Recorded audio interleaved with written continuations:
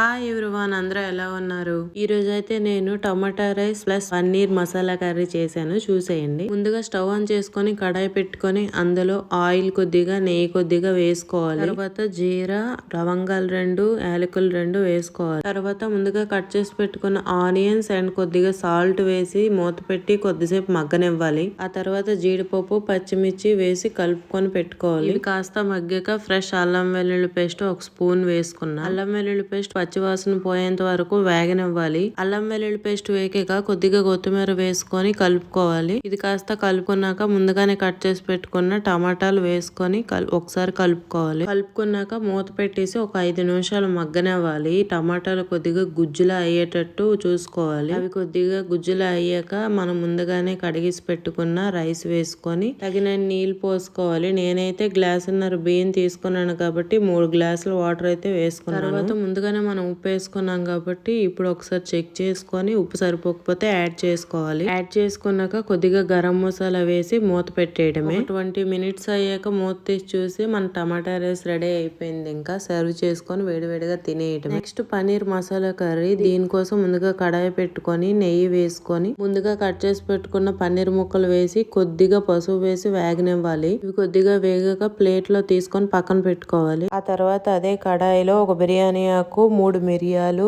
ఒక దాల్చిన చెక్క వేసుకోవాలి. ఆ తర్వాత ముందుగా కట్ చేసి పెట్టుకున్న ఉల్లిపాయలు 5-6 వెల్లుల్లి రెమ్మలు 5-6 జీడిపప్పులు ఇంకా 2 టమాటాలు వేసి మూత పెట్టుకొని 2 నిమిషాలు మగ్గనివ్వాలి. అవి కాస్త మగ్గి చల్లారాక మిక్సీలో వేసి మెత్తగా పేస్ట్ కొట్టుకోవాలి. నెక్స్ట్ అదే కడాయిలో కొద్దిగా జీరా 3-4 లవంగాలు వేసుకోవాలి. తర్వాత ఒక దాల్చిన చెక్క కొద్దిగా కరివేపాకు ఒక పచ్చిమిర్చి కట్ చేసుకొని వేసుకోవాలి. ఇవన్నీ వేసాక ముందుగానే మిక్సీ చేసి పెట్టుకున్న ఆ ప్యూరీని వేసుకొని కలుపుకోవాలి. కొద్దిగా మగ్గాక ఆ ప్యూరీ ఉన్న మిక్సీ జార్ లోనే కొద్దిగా వాటర్ వేసుకొని ఇందులో వేసేయండి. ఆ తర్వాత ప్యూరీని అంతా కొద్దిగా కలుపుకొని కొద్దిగా కారము గరం మసాలా వేసుకొని ఒకసారి కలిపి పెట్టుకోండి. ఆ తర్వాత ముందుగా ఫ్రై చేసి పెట్టుకున్న పన్నీర్ పీసెస్ వేసి కొద్దిగా ఆరుగానే వేసి కొత్తిమీరతో గార్నిష్ చేసుకుంటే పన్నీర్ మసాలా కర్రీ రెడీ అయిపోతుంది. ఇంక ఇది రెడీ అయ్యాక అయితే మా హస్బెండ్ కి ఇచ్చేసా. మీరే వినండి ఏమంటారు.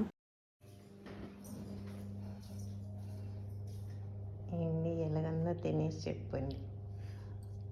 ఎంత ఎందుకు